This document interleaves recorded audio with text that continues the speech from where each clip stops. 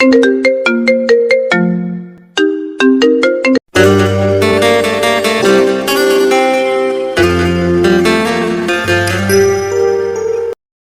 নতুন ভালোবাসার গল্প পেতে আমাদের চ্যানেলটি সাবস্ক্রাইব করে পাশে থাকা বেল আইকনে ক্লিক করুন। ধন্যবাদ। লম্বা হিয়া বড় একটা লাইনে আমি দাঁড়িয়ে আছি। ভাবছেন কি জন্য? আসলে চাকরির ইন্টারভিউ দিতে আসছি। অনেকক্ষণ পর আমার সিরিয়াল আসলো। বিসমিল্লাহ বলে ভিতরে গেলাম। Hi sir. High madam. Hello. এখানে এসে বসো। স্যার প্রশ্ন করলো, কয়টা প্রেম করেছেন? স্যার বেশি না, মাত্র 12টা। ছ্যাঁকা কয়বার খেয়েছেন? মাত্র 13 বার। ডেটিং এ কয়জনের সাথে গেছেন? খুব বেশি না, 14 জন। তোমার চাকরি পাক্কা? সত্যি বলছেন স্যার? সত্যি। ইয়াহু, আমার চাকরি হয়ে গেছে। আমি এমন করে চিল্লানি দিলাম।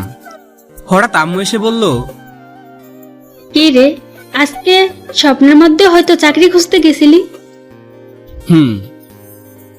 আজকেও ইন্টারভিউ দিলি নাকি? হ্যাঁ আম্মু, ইন্টারভিউ না সেই রকম। বাবা, এসব ইন্টারভিউ তোর আমার জন্য না, এখানে পৌঁছাতে অনেক টাকা লাগে। আচ্ছা আম্মু, কেন আল্লাহ আমাদের বড় লোক করলো না? বাবারে, গরিব বলে আজ একটু শান্তিতে ঘুমাতে পারছিস। যে দেখ, যার যত টাকা তার তত চিন্তা। আম্মু, তোমার শরীর ঠিক আছে তো? চোখ মুখ কেমন যেন হয়ে গেছে। হ্যাঁ রে বাবা, আমি ঠিক আছি, তুই চিন্তা করিস না। এবার উঠে পড় আর ব্রাশ করে নে। উঠতাছি। তারপর আম্মু চলে গেল আর আমিও উঠে পড়লাম। ব্রাশটা হাতে নিয়ে বাইরে চলে এলাম। ব্রাশ করতে করতে চলেন পরিচিত হয়নি। আমি হলাম আরিয়ান, বাবা মায়ের একমাত্র ছেলে। এবার ইন্টার প্রথম বর্ষ। লেখাপড়ার পাশাপাশি ছোট্ট একটা জব করি। আমার মা বাসায় কাজ করে আর বাবা, আমার যখন 15 বছর বয়স তখন আমার বাবা দুনিয়ার মায়া ত্যাগ করে চলে গেছেন। আর তখন থেকে সংসারের হাল আমি ধরেছি। আমাদের কোনো স্থানীয় বাসা নেই, থাকি বস্তিতে। বাকিটা গল্পের মধ্যে জানবেন। মুখ ধুয়ে ভিতরে গেলাম।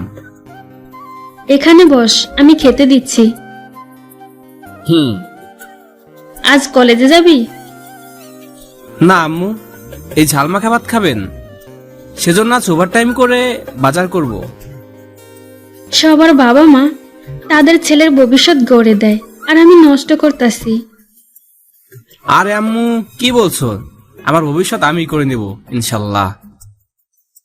তোর বাবার স্বপ্ন ছিল আমার ছেলে কখনো কাজ করে খাবে না। এক টুকরো কিছু রেখে যায়নি। আর বললেই হলো। একথা শুনে আম্মু মুখে কাপড় দিয়ে চলে গেল। আমি কিছুই বুঝলাম না। আমি কি কিছু ভুল বলেছি? আমি খেয়ে দিয়ে বেরিয়ে পড়লাম। ভাবছেন নিজের মায়ের কাছে কেন গেল না? আসলে গেলেও কোনো লাভ নাই। আমি এর আগে অনেকবারই মানে জানতে চেয়েছি, কিন্তু প্রতিবার ফেল হয়েছি, তাই চলে আসছি। রাস্তা দিয়ে হাঁটছি, হঠাৎ দেখলাম কয়েকজন লোক মিলে একজনকে আচ্ছা মতো মারতেছে। আমি কাছে গেলাম। এ কি, এরা তো রনি। রনি আমার খুব ভালো বন্ধু, কিন্তু ও পুলিশে চাকরি করে। আমি গিয়ে মারামারি করে রনিকে বাঁচালাম। ধন্যবাদ বন্ধু। তবে ওরা মারতে চায় কেন? আসলে ওদের দলের লিডার মানে সালমানকে আমি অ্যারেস্ট করেছি, সেজন্য ওরা আমায় মেরে ফেলতে চায়। ওহ, এজন্য পুলিশের চাকরি খুব খারাপ। চল থানায়, সেখানে বসে কথা হবে। আরে আমার কাজ আছে। আরে চল না বেটা। কিন্তু কোনো কিন্তু না, চল থানায় বসে গল্প করব, তারপর তোর বাসায় যাব। ওকে। আমি পড়লাম মহাচিন্তায়। রনি আমার বাসায় যাবে। ওরা পুলিশ মানুষ, ভিআইপি খাবার ছাড়া ওরা খায় না। আর আমার বাসাতে তো কোনো কিছুই নাই, কেমনে কি করি? এই যে মিস্টার, এত চিন্তা কিসের? কারো প্রেমে টেমে পড়লে নাকি? প্রেম আবার আমার? কেন রে, তুই কি মানুষ না, নাকি তোর মন প্রাণ নেই? সব আছে, কিন্তু আজকের দিনে প্রেম করতে যেটা লাগে সেটা হলো টাকা। এই জিনিসটা আমার নাই। একদম ঠিক বলেছিস, টাকা ছাড়া আজকের দিন প্রেম নাই। তারপর রনির সাথে থানায় গেলাম। আচ্ছা দোস্ত, তুই আর্মিতে তো যেতে পারবি, তোর বডি স্বাস্থ্য ডপ একদম পারফেক্ট, ইচ্ছে তো আছে, কিন্তু অনেক টাকার দরকার হয় যে। আমি আছি কি করতে, তার জন্য আমি কিছু একটা করব। এরকম আরো কিছুক্ষণ আড্ডা দিলাম, তারপর আমার বাসার উদ্দেশ্যে রওনা হলাম। আমার বাসায় তো ঝালমাখা ভাত ছাড়া কিচ্ছু নেই, কিন্তু চিন্তায় পড়লাম। হঠাৎ রনি গাড়ি থামালো। কিরে, কি হলো, থামলি কেন? তুই বস, আমি একটু আসি। তারপর রনি বাজারের ভিতর থেকে ব্যাগে করে কিছু একটা আনলো। কিরে এগুলা? তুই দেখে নে। হিয়া বড় মাছ, তরকারি। আরে তুই এসব কেন করলি? দেখ বন্ধু, শুধু ডাকার জন্য হয় না, মনের ব্যথা বোঝার জন্য হয়ে থাকে। আমরা গরিব হতে পারি, কিন্তু আমি তোকে সাহায্য করছি না, বরং উপহার দিচ্ছি। আমি নিতে চাইলাম না, কিন্তু রনি জোর করলো। তারপর রনিকে বাসায় নিয়ে গেলাম। পুলিশ বাবু, আমার ছেলেকে ধরে আনছেন কেন? ও কি আবার মারামারি করছে? হ্যাঁ আন্টি, আর আমার প্রাণ বাঁচিয়েছে। মানে? আম্মু, ওর নাম রনি, আমার খুব ভালো বন্ধু। এসো বাবা, বসো। না আন্টি, এগুলো ভিতরে নিয়ে চলেন। আরিয়ান, এসব কি? আরে আম্মু, ও জোর করে এগুলো আনলো, আর ওনাকে আমাদের এখানে তোমার হাতের রান্না খাবে। হ্যাঁ আন্টি, খারাপ ভাববেন না প্লিজ। হুম। তারপর আমরা তিনজন মিলে রান্না করে মনের আনন্দে খাওয়া দাওয়া করলাম। এভাবে দিনটা রনির সাথেই কেটে গেল।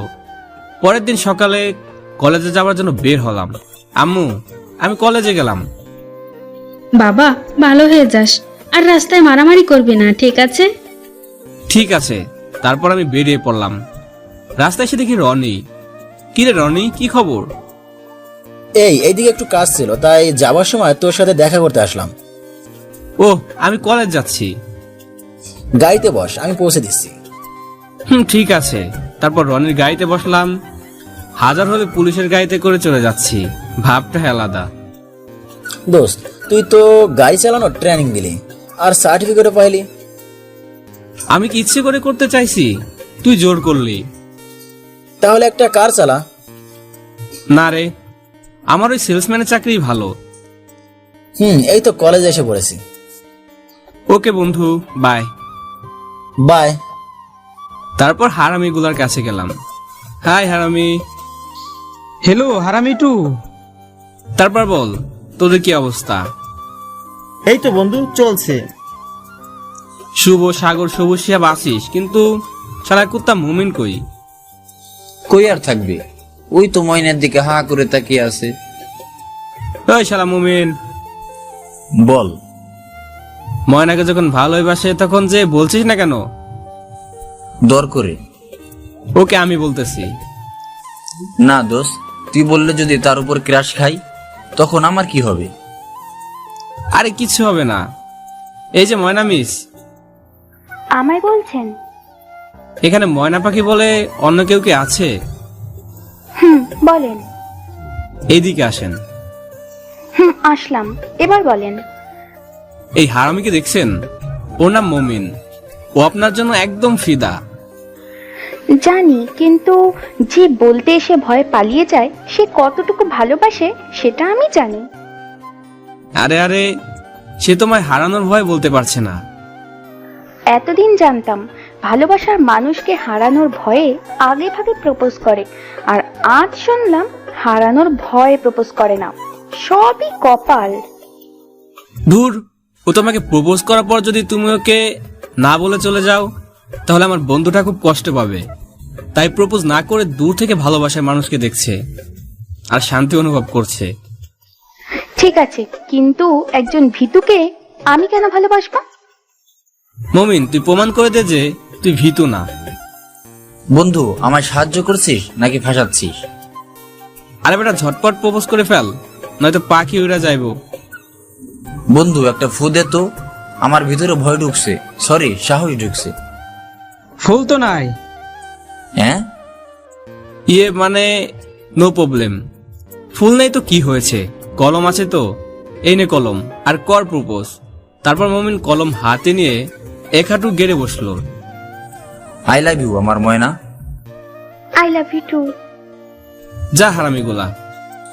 ধন্যবাদ বন্ধু, বাই। বন্ধু, এই দিকে দেখ। কিরে? দেখ না, পরি। আমি তাকিয়েই তো হা করে গেছি। মনে হচ্ছে আমি মানুষ না, আমি পাথর। মনের মধ্যে বিনা তেলে লাড্ডু ফুটতেছে। কি সুন্দর টান টান কাজল কালো চোখ, মিষ্টি মাখা গোলাপের পাপড়ির মতো দুই ঠোঁট, আর ঠোঁটের মাঝে বিশাল পাহাড়ের মতো নাক, রেশমি কালো চুল, মিষ্টি বড় হাসিতেই গালে টোল পড়ে। এটা দেখে আমি ক্রাশ খেলাম। কিরে মূর্তির মতো দাঁড়িয়ে রইলি কেন? পরীকে দেখার সময় বেয়াদবি নট এলাও। এখানে পরি এলো কোত্থেকে? এই হলো পরীর রানী। সবার চোখ দেখা যায় না, এটা আমি জানি। বাপ রে বাপ, মেয়েকে দেখার সাথে সাথে এই কবি হয়ে গেলি? একে নিয়ে লিখবো কবিতা, আমি লিখবো গান। কাগজ কলম ফোলাবে তবু ফুরাবে না গান। শালা কবি জগৎ থেকে বেড়ে আয়। হঠাৎ আমার পাছায় কারো লাথি মারা অনুভব করলাম। পিছনে ঘুরে দেখি শালা সবুজ। কিরে কবি, তোর কবিগিরি গেছে নাকি আরেকটা দিন? না, দিতে হবে না, থাম। আরে মামু, মেয়েটা তো আমাদের দিকেই আসছে। কেলানি খেতে মনে হয়, পালা। সব শালারা পালালো, আর আমি হা করে তাকিয়ে আছি। মেয়েটা এসে বলল, হাই। প্রথম দেখতেই হাতে হাত দেয়া, বাহ খুব ভালো। Hello, I love you. I love you too. আই আমার হাত ছাড়েন। আই লাভ ইউ টু জানু মানু। আরে কি করছেন? ছাড় বলছি। আমার হুঁশ ফিরল। এ কি, আমি ওর হাত ধরে আছি আর ও আমায় আচ্ছা মতো গালি দিতে যাচ্ছে। যত সব ছোট লোকের বাচ্চা।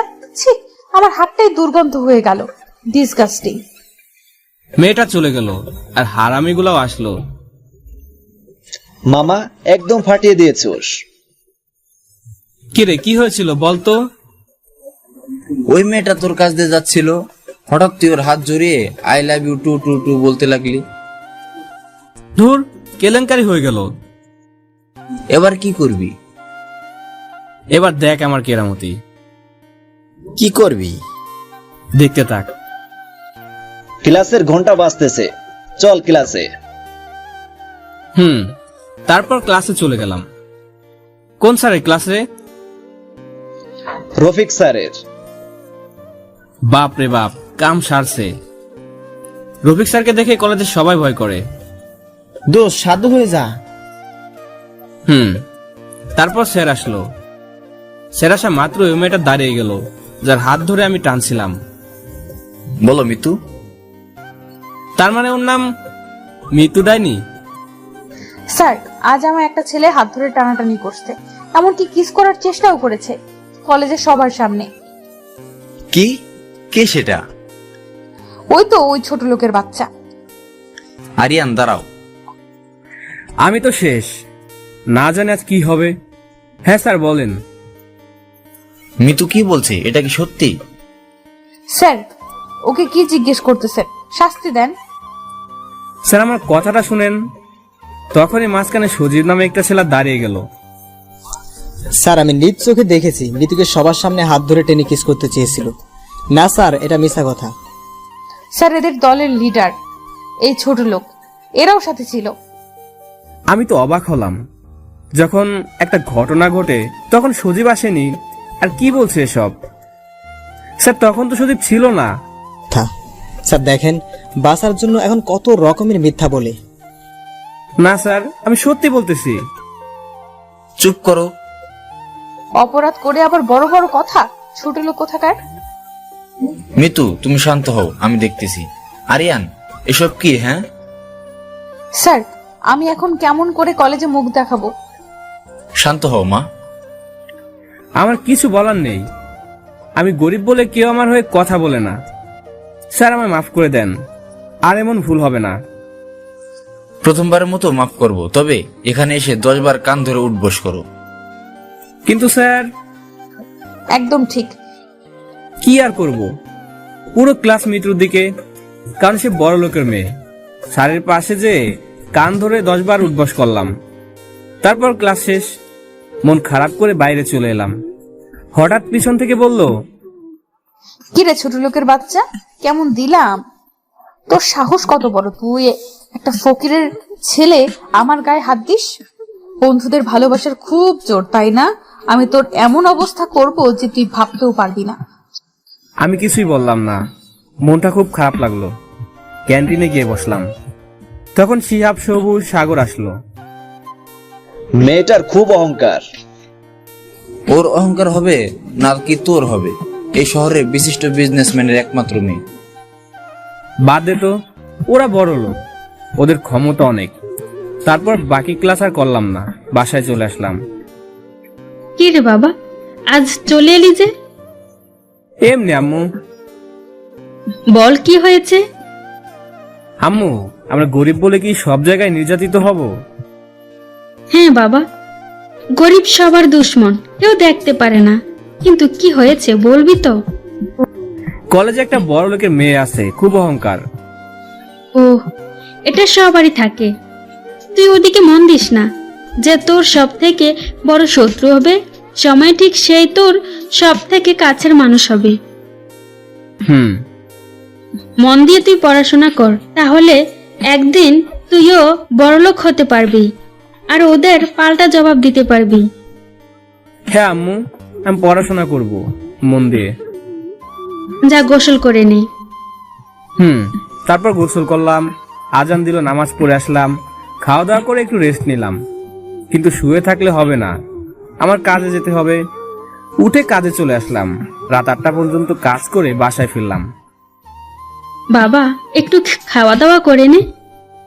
না আম্মু, খেয়ে আসছি। ও, তাহলে পড়তে বস। ঠিক আছে।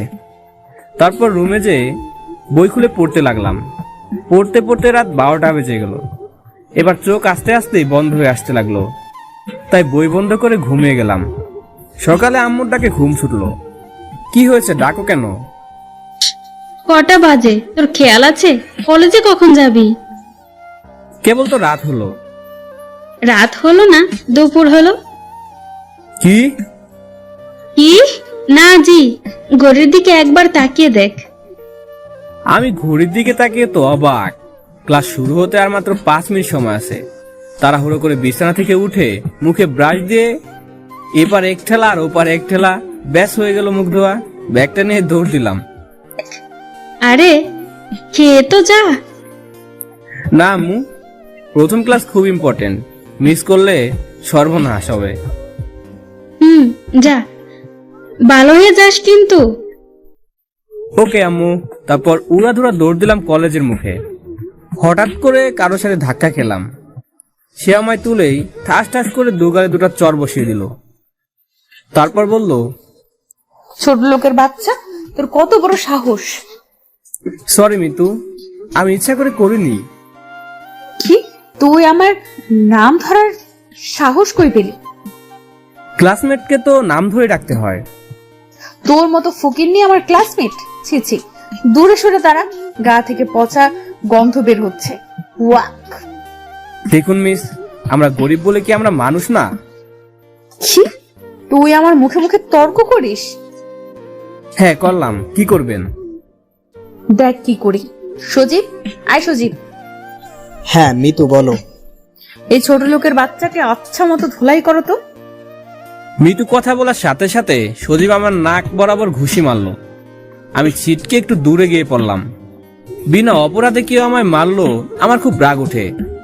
শুধু আমাকে না, যে কাউকে বিনা অপরাধে মারলে আমার মাথা গরম হয়ে যায়। এবার তাই হলো। হাত মুট বুঝে সজীবের গাল বরাবর আমিও ঘুষি দিলাম। সজীব ঝুলনা সামলাতে পেরে মৃত্যুর পায়ের কাছে গিয়ে পড়লো। এবার আমাদের মারামারি দেখে স্যার এসে গেল। স্যারকে আসা দেখেই মৃত্যু শুরু করলো তার অভিনয়। স্যার, স্যার আমায় বাঁচান, ওই গুন্ডাটা আমার ইজ্জত নষ্ট করতে চায়। কি বলছো? হ্যাঁ স্যার, আমি কলেজে আসছিলাম, হঠাৎ গেট দিয়ে এসে আমায় ধরে আমার জামা কাপড় খুলতে চেয়েছিল। এটা দেখে সজীব আমাকে বাঁচাতে আসে, আর এখন ওই গুন্ডাটা তাকেও মারছে। আমি তো একদম ফুল আবুল হয়ে গেছি। মেয়েরা এত অভিনয় কেমনে করে? আরিয়ান, জি স্যার, এসব মিথ্যা কথা। আর কত মিথ্যা বলবে তুমি? স্যার আমায় বিশ্বাস করুন, আমার কোনো দোষ নেই। স্যার, ওই ছোট লোকের কথা শুনবেন না। স্যার, এরা আমায় ফাঁসাচ্ছে। হ্যাঁ ভাই, স্যার আমায় থাপ্পড় মারলো, আমি গালে হাত দিলাম। স্যার বিশ্বাস করেন, নয়তো এই আশেপাশে অনেক ছাত্রছাত্রী ছিল, তাদের জিজ্ঞাসা করেন। এই, তোমরা কি আরিয়ানকে মৃত্যুর কাপড় খোলার চেষ্টা করতে দেখেছো? আমি ভাবলাম হয়তো এদেরও ছিল আমি বাঁচবো এই মিথ্যা অপবাদ থেকে, কিন্তু ঘটনা উল্টা ঘটলো। হ্যাঁ স্যার, দেখেছি। আমি তো শেষ। আল্লাহ, এরা কয় কি? এত বড় সত্যিকে এত বড় মিথ্যা বানিয়ে দিল। কি আরিয়ান? জি স্যার। কি বললো সবাই? স্যার আর হবে না। সবার কাছে হাত জোর করে মাফ চাও। আমি হাত জোর করে বললাম, সরি বন্ধুরা, আমায় মাফ করবেন। চোখের পানি মুছে ওখান থেকে চলে আসলাম। সব দুঃখের সুখ পাওয়ার জন্য জায়গা নাকি বন্ধুর কাছে, সেজন্য আমার দুঃখ নিবারণ করার জন্য বন্ধুদের কাছে গেলাম। আমি ওদের পাশে বসতে যাব, তখনই চল সবুজ। চল। এই তোরা কই যাস? শোন। কারো কোনো পাত্তা নেই। সবুজ শোন না। সরি ভাই, আমরা খারাপ তো খারাপই থাকি, আর আপনার মতো এত ভালো ছেলের দরকার। আরে কি হয়েছে তোদের? শোন। পায়ে ধরি প্লিজ, আমাদের ডিস্টার্ব করবেন না। আমি বুঝলাম না এদের আবার কি হলো। শালা বন্ধুরাও বিপদে পাশে থাকে না। আমি মন খারাপ করে বটের গাছের গোড়ায় বসলাম। তখন কিরে, কেমন লাগছে? তুই হ্যাঁ, তোর সব থেকে বড় শত্রু। এখানে কি চাস? কিচ্ছু না, কিন্তু কিছু শোনাতে আসছি। আমার মুড ভালো নেই। তোর দুঃখের সময় তোর বন্ধুরাও তোর পাশে নেই। আহা। আমার বন্ধুরা সবসময় আমার পাশে থাকবে। না, আর কখনো থাকবে না। তুই কেমনে বলতে পারছিস? কারণ আমি নিজেই তোর বন্ধুদের মধ্যে ঝাল ছিটিয়েছি। আহা। কি? জি, মিস্টার ফকিরের ছেলে। কেন করলি এসব? তুই আমার ডার্লিং এর গায়ে হাত দিছোস। ডার্লিং? ও, ওই অহংকারী মৃত্যু। ইয়েস, সেই দিন ক্লাসে তোকে কেস খাওয়ালাম। আমি ভাবছিলাম হয়তো তুই ভালো হয়ে যাবি, কিন্তু না, তুই আরো খারাপ হচ্ছিস। আমি কি করলাম? এখন থেকে আমি কি করব সেটা দেখ। আমার বন্ধুদের কি করেছিস? বেশি কিছু না, শুধু আমার নতুন সিম থেকে তোর সব বন্ধুদের মেসেজ দিয়েছি আর বলেছি যে আমি আরিয়ান, আর এটা আমাদের গোপনীয় নাম্বার। তারপর ব্যাস ইচ্ছা মতো বকলাম, অনেক খারাপ কথাও বললাম। তোর বন্ধুদের কাছ থেকে তোর প্রতি বিশ্বাস তুলে নিলাম। তোকে আমি ছাড়বো না। এখন থেকে ইউজ করে আমি মৃত্যুর বিএফ হব, আর তারপর শহরে টপ বিজনেসম্যান। সত্যি কতদিন বালি চাপা দিবি? একদিন না একদিন ঠিক বেরিয়ে আসবে। ততদিন আমি মৃত্যুর সমস্ত সম্পত্তির মালিক হব। আমি সব মৃত্যুকে বলবো। যা যা, এক্ষুনি বল, আমি তো এটাই চাই। Okay dear, by. সজীব চলে গেল। আমি ভাবছি এখন আমি কি কিছু করতে পারবো না, কারণ আমার কাছে কোনো প্রমাণ নেই। আর কেন করব? যে আমায় অপমান করে, অবহেলা করে, ঘৃণা করে, তার জন্য আমি কেন করব এসব ভাবছিলাম। কলেজে সবাই আড্ডা দিতে ব্যস্ত, কেউ প্রেম করে, কেউ আবার মেয়ে পটায়, কিন্তু আমি একা। পুরো কলেজ আমার বিপক্ষে। আমি কি অপরাধ করেছি যে সবাই আমার সাথে এমন করে? গরিব হওয়া কি এতই অপরাধ? কষ্টে বুকটা ফেটে যাচ্ছে। তখনই পাশ থেকে হাই, হ্যালো। আমি হলাম রিয়া। ও, আমি আরিয়ান। কলেজে সবাই আমার বিরুদ্ধে। জানি। আর আপনি কেন এখানে এলেন? ধরে নিতে পারো আমি তোমার পক্ষে। হাহা, হাসালেন। গরিবের পক্ষে কেউ থাকে না। যান, চলে যান। শুনো, কলেজের সবাই তোমার বিপক্ষে কেন বললো জানো? আমি গরিব বলে? হ্যাঁ, রিয়ার বাবা এই কলেজে ওদের সবার খবর দেন। ও আচ্ছা, চলো, ক্লাসের সময় হয়ে গেছে। তারপর ক্লাসে চলে গেলাম। ক্লাসে ঢুকে বন্ধুদের পাশে বসতে যাব, তখন দেখলাম আমি যেখানে বসতাম সেখানে সজীবকে বসিয়েছে। কি আর করার, কিছু না বলে সবার পিছনে গিয়ে বসলাম। তারপর ক্লাস করে বাসার দিকে চললাম। গেট দিয়ে বেরিয়ে হঠাৎ পিছন থেকে মৃত্যু ডাকলো। আমি শুনেও না শোনার ভান করে হাঁটতেই থাকলাম। এই ছোট লোকের বাচ্চা, কথা কানে যায় না? আমি এবার থামলাম। মৃত্যু এসে কথা না বলেই আস্তাস করে 3টা লাগিয়ে দিল। আমি তো কিছুই বুঝলাম না, কি হলো? আমায় মারলেন কেন? কেন মারলাম জানিস না তুই? জানি না বলেই তো বলছি। আমি এটাই ভাবছি, তোকে এত অপমান করার পরেও তুই কোন সাহসে আমায় লাভ লেটার দিস? কি লাভ লেটার? এমন ভাব করছিস যেন কিছুই জানিস না, ছোট লোকের বাচ্চা। আমি তো কিছুই বুঝতেছি না। একটু পরেই সব বুঝে যাবি। মানে? স্যারের কাছে বিচার দিলে শুধু একটু বকেই ছেড়ে দেয়, সেই জন্য আজ আমি তোর বিচার করব। দেখেন, আমি কিছু করিনি। তখন পাশ থেকে সজীব মুচকি মুচকি হাসছে। আমার বুঝতে বাকি রইল না যে এটা সজীবের কাজ। আমি সজীবের দিকে তাকিয়ে হঠাৎ পিছন থেকে এসে আমার ঘাড়ে কি যেন একটা আঘাত করলো। আমি দূরে যেয়ে দাঁড়ালাম। তারপর পিছন ফিরে দেখি কয়েকজন গুন্ডা হাতে বাঁশ নিয়ে দাঁড়িয়ে আছে। আমার তো রাগ উঠে গেল। তোরা কি পুরুষ নাকি মহিলা? ওদের একজন।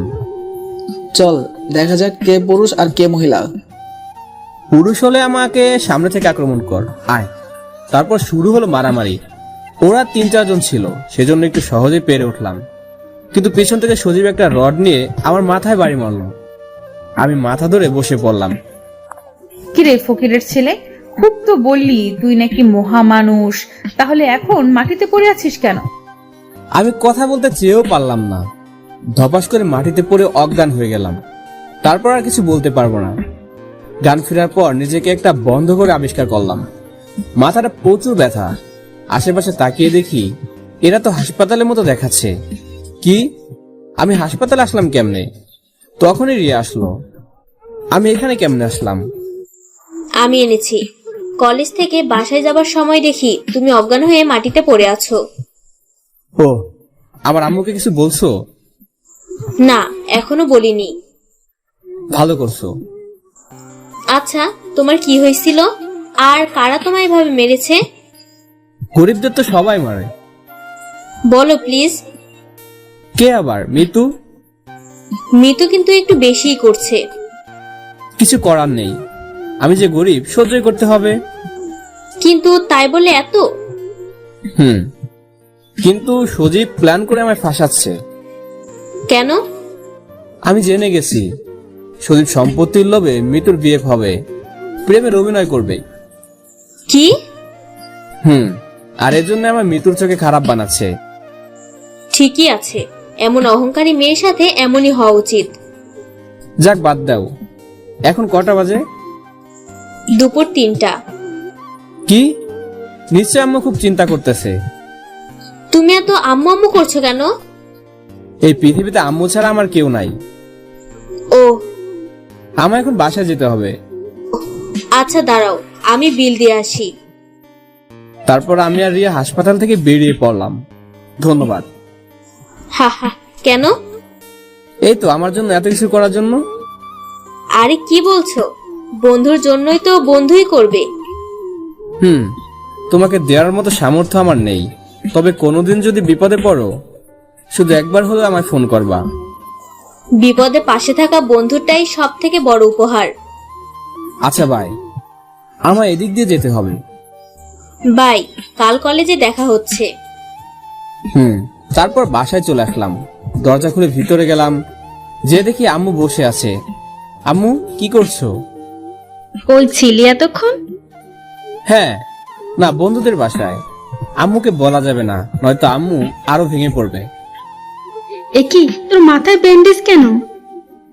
আরে আম্মু, ওটা তেমন কিছু না। বল। বন্ধুদের সাথে ফুটবল খেলছিলাম, হঠাৎ পড়ে যেয়ে একটু কেটে যায়। একটু কাটলে কি কেউ ব্যান্ডেজ লাগায়? আরে আম্মু, বন্ধুদের মন তো বুঝো। আমি বললাম একটুকু কাটাতে কিছু হবে না, তারা শুনলই না, জোর করে ব্যান্ডেজ লাগালো। সত্যি তো? আরে আম্মু, কেন তোমার মিথ্যা বলতে যাব? কিন্তু আমার কেন মন জানি মনে হচ্ছে তুই মিথ্যা বলছিস। না আম্মু, আমি সত্যি বললাম। খাইছিস? না। কি, বন্ধুদের বাসায় গেছিস অথচ খেতে দেয়নি? মানে হ্যাঁ, দিয়েছে, কিন্তু তোমার হাতে না খেলে আমার পেট ভরে? বলো। আচ্ছা চল। তারপর আম্মুর সাথে খেয়ে নিলাম। খাওয়া দাওয়া করে কাজে চলে গেলাম। কাজে যেতে আজ একটু দেরি হয়ে গেছে। কিরে আরিয়ান, আজ দেরি হলো কেন? সরি বস, আসলে একটা অ্যাক্সিডেন্ট হয়েছিল সেজন্য। ওহ যা, কাজে মন দে। আমি কাজে লেগে গেলাম, মন দিয়ে কাজ করে যাচ্ছি। হঠাৎ কিরে ছোট লোকের বাচ্চা, এখানে কি করছিস? হো, সেলসম্যান, একটা দোকানের সেলসম্যান। দেখেন, এটা কলেজ না, এটা বাজার। বাজার বলে কি তুই বড় লোক হয়ে গেছিস? ফকির কোথাকার। তোদের মতো ছোট লোকের বাচ্চাদের এটাই ঠিক চাকরি। আমি কথা না বলে চলে যেতে লাগলাম। এই ছোট লোকের বাচ্চা, তোর সাহস কি করে হয়? আমি এখানে কথা বলছি আর তুই চলে যাস? দেখেন, এখানে আপনার কথা শুনতে আসিনি, এখানে আমি কাজ করতে আসছি। কি? আমার মুখে মুখে তর্ক? দাঁড়া। এটা কলেজ না যে স্যারকে বলে আমায় বকা শোনাবেন। দেখবি আমি কি করতে পারি, তোকে চাকরি থেকে এক্ষুনি তাড়াতে পারি। রিজিকের মালিক আল্লাহ। তোর পটর পটর কথা হইছে, দাঁড়া। এই ম্যানেজার, ম্যানেজার, এই ছোট লোকের বাচ্চাকে এক্ষুনি চাকরি থেকে তাড়িয়ে দাও। এখানেও কি আপনার বাবার হুকুম চলবে? চুপ কর তুই। বড়লোক হয়েছে বলে কি সবার সাথে সব জায়গায় নির্যাতন করবে? গালে হাত দিয়ে হা হয়ে গেলাম। জানিস আমি কে? সরি ম্যাডাম, আসলে নতুন তো সেজন্য। আমি এই মার্কেটের মালিকের একমাত্র মেয়ে। সরি ম্যাডাম, মাফ করবেন। এই ছোট লোকটাকে এক্ষুনি এখান থেকে বের করো, হয়তো তোমার চাকরি যাবে। Okay madam. এই আরিয়ান, তুমি যাও, আর তোমার কত বেতন হবে সেটা নিয়ে নিও, আর কোনোদিন কাজে আসবে না। আমি আর কিছু বললাম না, বেতনটা নিয়ে চলে আসলাম। আমার চাকরি গেছে, এটা আম্মুকে বলা যাবে না, আর তাই এই মুহূর্তে বাসায় যাওয়া যাবে না। কিন্তু কোথায় যাব? হ্যাঁ, রনির কাছে যাব। যেই ভাবা সেই কাজ, টং টং হাঁটতে হাঁটতে পুলিশ স্টেশনে চলে গেলাম। কি রে, হঠাৎ এই সময় মন খারাপ করে? আমি যে রনির সামনের চেয়ারটায় বসলাম। কি রে, কথা বলিস না কেন? ভাই রে, আমি শেষ। কেন, কি হয়েছে বলবি তো? আমার জীবনে একটা শাকচুন্নি এসে সব শেষ করে দিচ্ছে। লাভ কেস নাকি রে? লাভ মারাচ্ছে, ও তো আমায় দেখতেই পারে না। আচ্ছা, আমার পুরনো ঘটনা খুলে বলতো। তাহলে শোন, আমি রনিকে সব বললাম। হ্যাঁ? তুই হাসছিস? হাসিও পাচ্ছে, আবার কষ্টও হচ্ছে। হুম তাহলে হাত ধরা থেকে এসব শুরু? হুম মেয়েটা খুব অহংকারী, তবে তবে কি? এই মেয়েটাই তোর বউ হবে। কি বলছিস? পাগল হলি নাকি? আমি ঠিকই বলছি।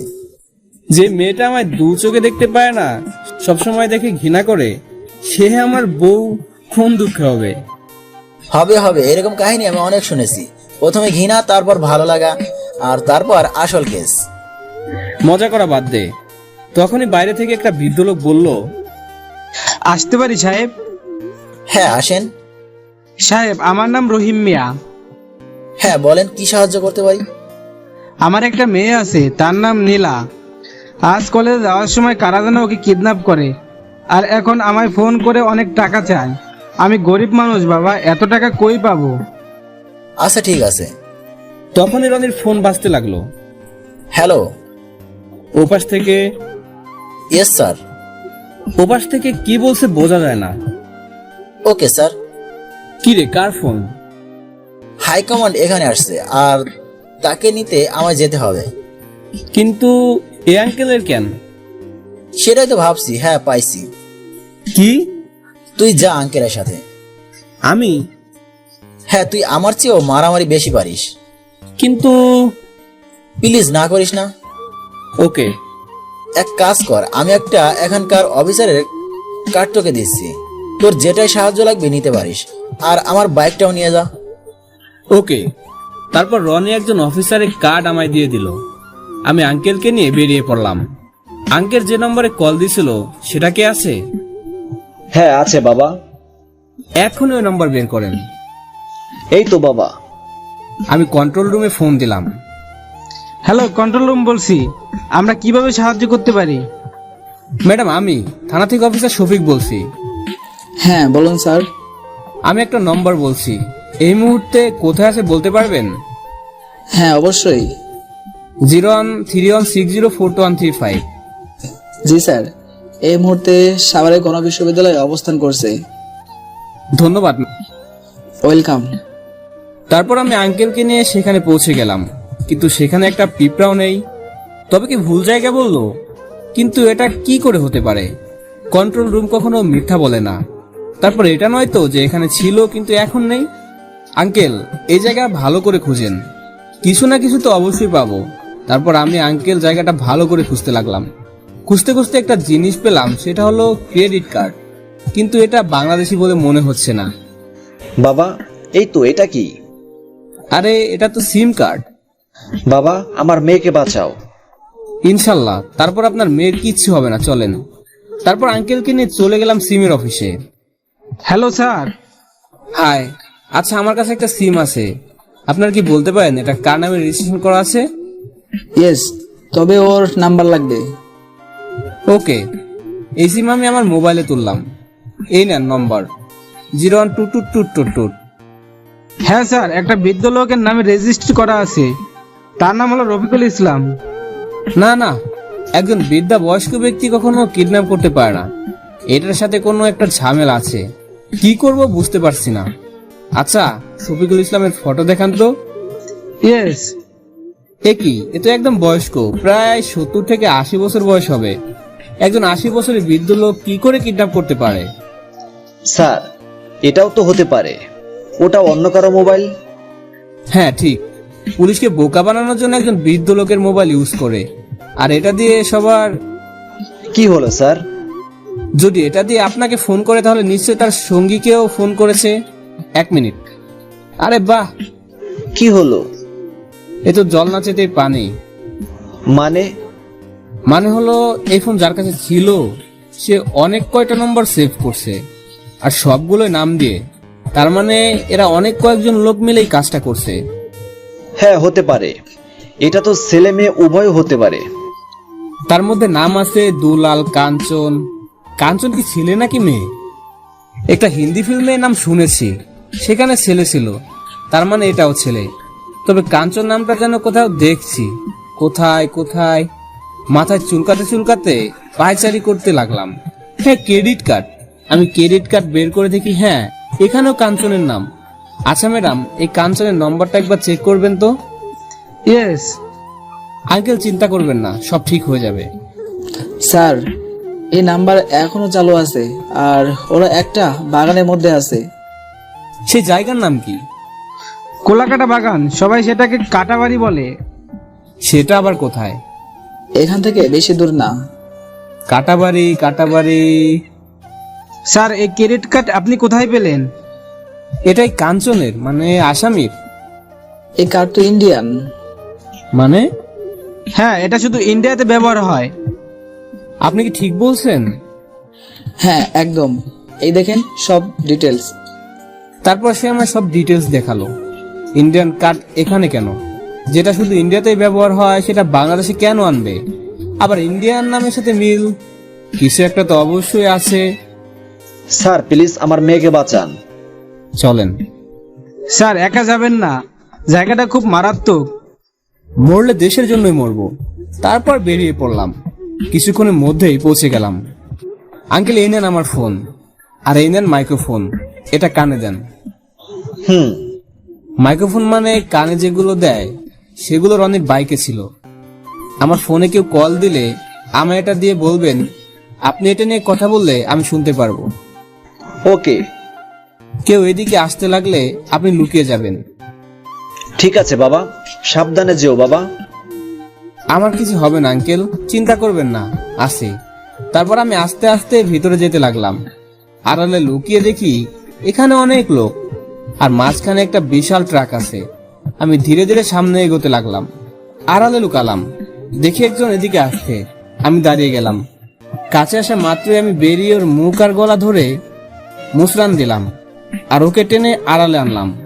কারণ এতগুলোর সাথে লড়তে হলে আমার অস্ত্রের প্রয়োজন হবে, আর এদের কাছে অনেক অস্ত্র। ওর কাছ থেকে সব অস্ত্র নিলাম। একটা চাকু নিলাম, একটা বুলেট প্রুফ জ্যাকেট, আর কিছু না। চাকুটা খুব ধারালো, এটা দিয়ে আমার কাজ চলবে। তারপর একটু সামনে গেলাম, আর একটা শিকার, তার কাছে বন্দুক আছে। তাই একটু সাবধানে। যে পায়চারি করছে সামনে আবার পিছনে। যখন সে সামনে যেতে লাগলো তখনই আর একটু সামনে গেলাম, আর তারপর যখন সে পিছনে ঘুরে আমার কাছে আসলো, আমি ঝোপের ভিতরে লুকে আছি। পিছনে এসে আবার যখন সামনে ঘুরলো তখন আমি লাফ মেরে উঠে ওর গলায় চাকু বসালাম। ক্লাসে স্যার বলছিল মানুষের শ্বাসনালী হচ্ছে মেন, ওটা কেটে গেলে সে আর কথা বলতে পারে না।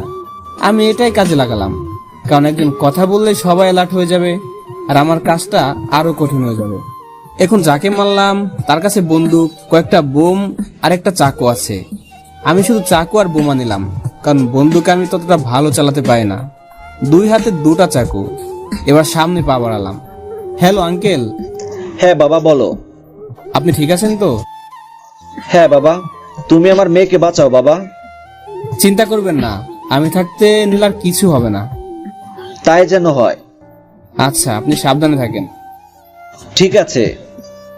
এবার আমি আবারও শুরু করলাম আমার কাজ। এবার মারতে মারতে প্রায় সবাইকে মারা শেষ। আমি ট্রাকের কাছে এসে গেছি। এ কি, ট্রাক ভর্তি মেয়ে? মানে এরা টাকার জন্য কিডন্যাপ করেনি, পাচার করার জন্য কিডন্যাপ করছে। Hello uncle. বলো বাবা। আপনার মেয়ে কি ড্রেস পরেছিল? ব্লু কালারের জামা। কিন্তু এখানে তো কেউ ব্লু কালারের ড্রেস পরা নাই। কি, তার মানে আমার মেয়েকে ওরা মেরে ফেলেছে? দেখেন, এখন ভেঙে পড়ার সময় না, বিশ্বাস হারাবেন না।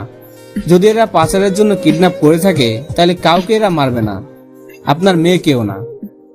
তাহলে আমার মেয়ে কোথায়? কোথাও না কোথাও তো আছেই। আমার মেয়ে। আমি খুঁজতে লাগলাম। এর আসল অপরাধী কে? ট্রাকের পিছনে যেহেতু আমি অবাক, এক বিশাল দেহের পালোয়ান দাঁড়িয়ে আছে। ওর কাছে গেলে তো আমায় তুলে আছাড় মেরেই মেরে ফেলবে। সাথে আরো 2 জন আছে। না, এভাবে হবে না। শক্তি দিয়ে এদের সাথে পারা যাবে না, বুদ্ধি কাটাতে হবে। আমি দেখলাম কিছু কাঠ পড়ে আছে, ওটা হাতে নিয়ে গাছের মরা পাতার উপর জোরে বাড়ি দিলাম। সাথে থাকা 2 জন এদিকে ঘুরলো, আমি আবার বাড়ি দিলাম।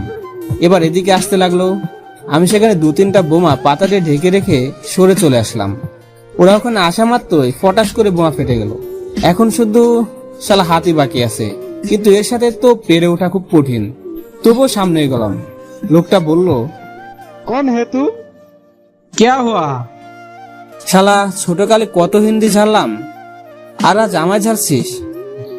साले बोलता नहीं क्यों? তুই কন হেবে? मैं कांचन हूँ। तू कौन है?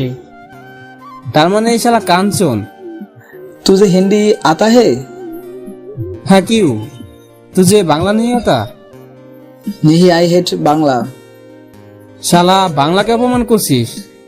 আমি চাকু বের করে শালার গলায় বরাবর মেরে দিলাম। সে গালে হাত দিয়ে একাতে আমায় মারল ঘুষি। শালা গন্ডারের মতো এত শক্তি যে আমি 10 হাত দূরে যেয়ে পড়লাম। আমার কানের হেডফোন খুলে আরো দূরে পড়লো। তারপর তার সাথে মারামারি করতে লাগলাম, কিন্তু যদি আমি মারি একটা, শালা লাথি মারি 3টা, কিছুতে পেরে উঠছে না। আমার অবস্থা শেষের দিকে। মাটির উপর গিয়ে পড়লাম। সেখান থেকে একটা লাথি মেরে দূরে ফেলে দিল। আমার অবস্থা খুব খারাপ, এর সাথে আমি পারবো না। तुझे हिम्मत किस आए रे? मुझे मारन नहीं। তুই আমার দুশ্মন হো। हिम्मत है तो मार मुझे। এই কথা বলে আর একটা লাথি। হার মানলে চলবে না, বাংলার দুশ্মন, একে শেষ করতেই হবে। একটা শেষ চেষ্টা করি। আমি এবার ঝোপের ভিতরে হারিয়ে গেলাম, আর সেখানে কিছুক্ষণ বসে থাকলাম। এরপর গাছে উঠলাম। ওখানে গাছের লতি ধরে সোজা এসে কাঞ্চনের ডান হাতের সিনায় চাকু বসিয়ে দিলাম। আরেকটা চাকু হাতে নিয়ে বাম হাতে সিনায় দিলাম। এবার কাঞ্চন মাটিতে বসে পড়ল। এরপর আচ্ছা মতন কাঞ্চনকে ঘুষণও শুরু করলাম। একটা গাছের ডাল নিয়ে শালা গন্ডারকে মারলাম। এক পর্যায়ে সে আহত হলো। পাশে দেখলাম একটা রশি পড়ে আছে, আমি ওটা দিয়ে কাঞ্চনকে বেঁধে ফেললাম। আমি বসে পড়লাম। সারা শরীর থেকে রক্ত বের হচ্ছে। আর তারপর আমি হেডফোন হাতে নিয়ে বললাম, আঙ্কেল আছেন? আপনার মেয়েকে খুঁজে নেন। আঙ্কেল এসে ট্রাকের ভিতর সব মেয়েদেরকে বের করলো। বাবা, আমার মেয়ে এখানে নাই। কি বলছেন? ভালো করে দেখছেন তো? হ্যাঁ। তাহলে কোথায় রাখতে পারে? এই মেয়েরা, তোমরা কি একটা ব্লু কালার ড্রেস পরা মেয়েকে দেখছো? তখন একটা মেয়ে বলল, হ্যাঁ স্যার, এই হারামজাদা তাকে অন্য কোথাও রাখছে। আমি কাঞ্চনকে ডেকে ঝুঁকে ঝুঁকে জ্ঞান ফেরাইলাম। এই বল, নীলা কই? हम तुझको मार डालेंगे। আগে এ তো বাতা নীলা কাহায়। আচ্ছা আমি বাংলা দিয়ে বলতেছি। না আমি জানি না। তুই কিডন্যাপ করছিস অথচ তুই জানিস না? বলে দিলাম এই ঘুষি। না আমি জানি না।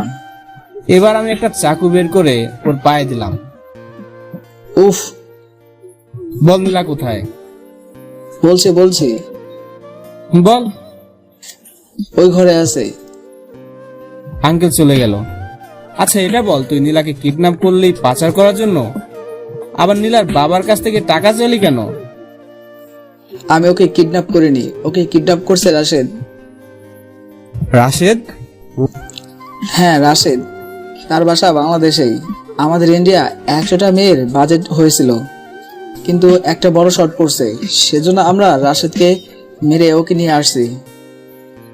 ও আচ্ছা। আমাকে ছেড়ে দিন প্লিজ।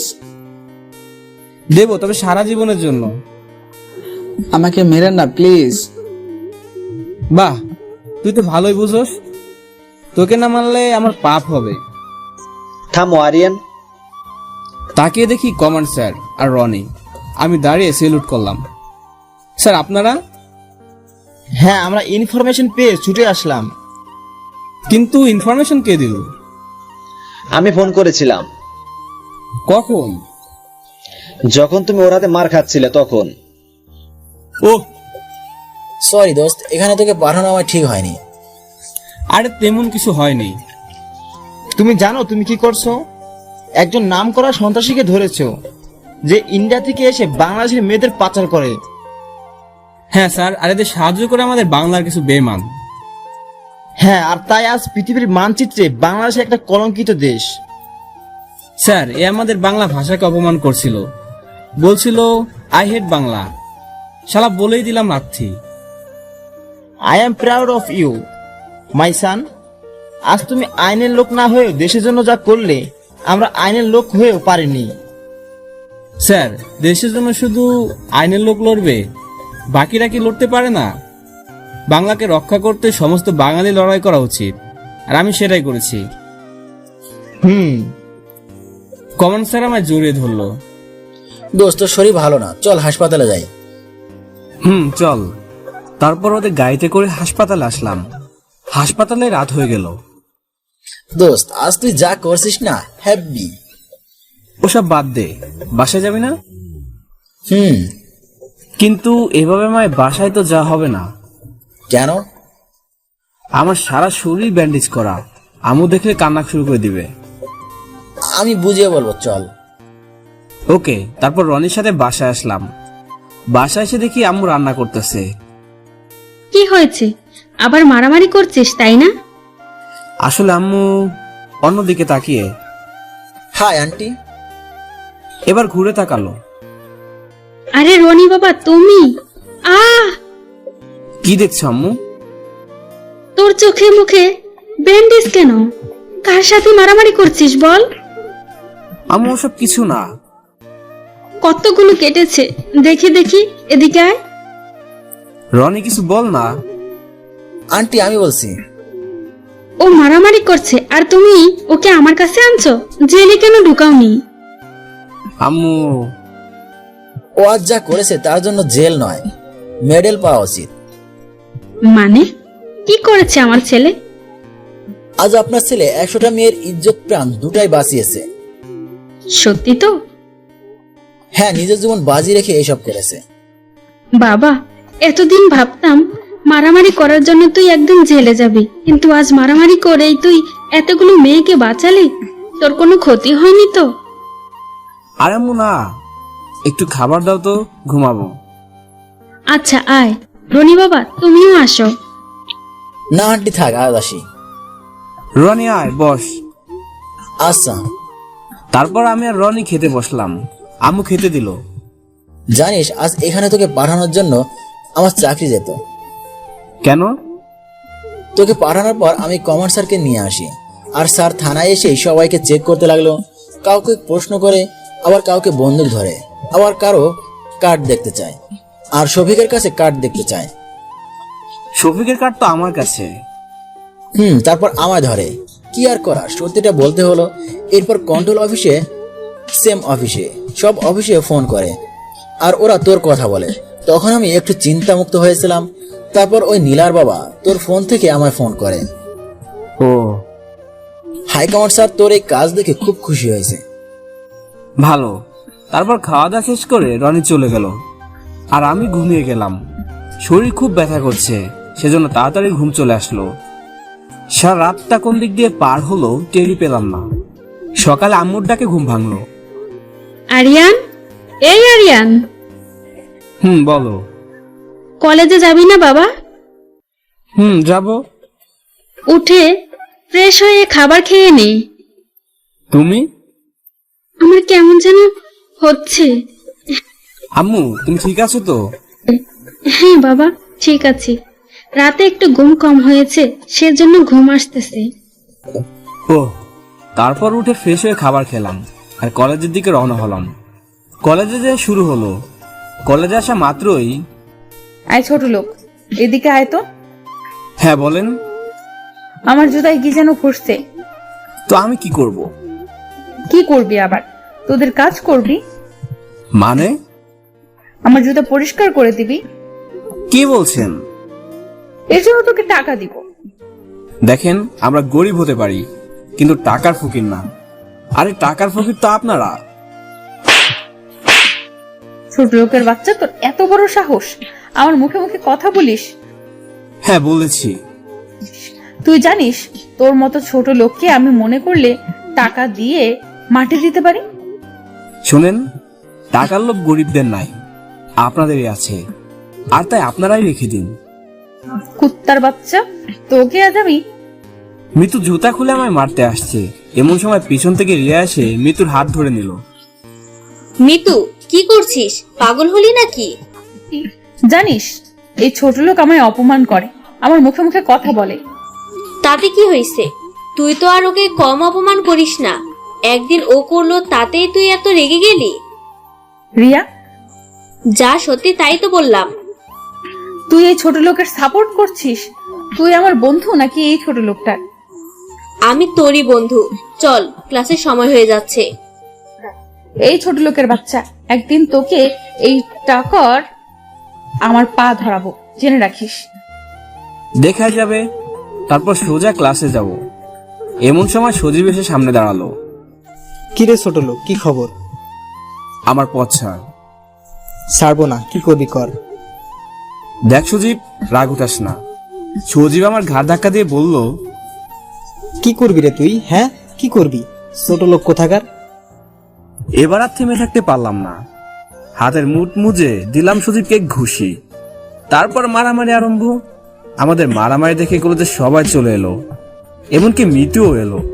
সব থেকে অবাক করার বিষয় হলো, মিতু আসা মাত্রই সজীব মিতুর কাছে চলে গেল। মিতু, আমায় বাঁচা, এই গুন্ডা আমায় মেরে ফেলবে। এই ছোট লোকের বাচ্চা, তোর এত বড় সাহস আমার বন্ধুকে মারিস?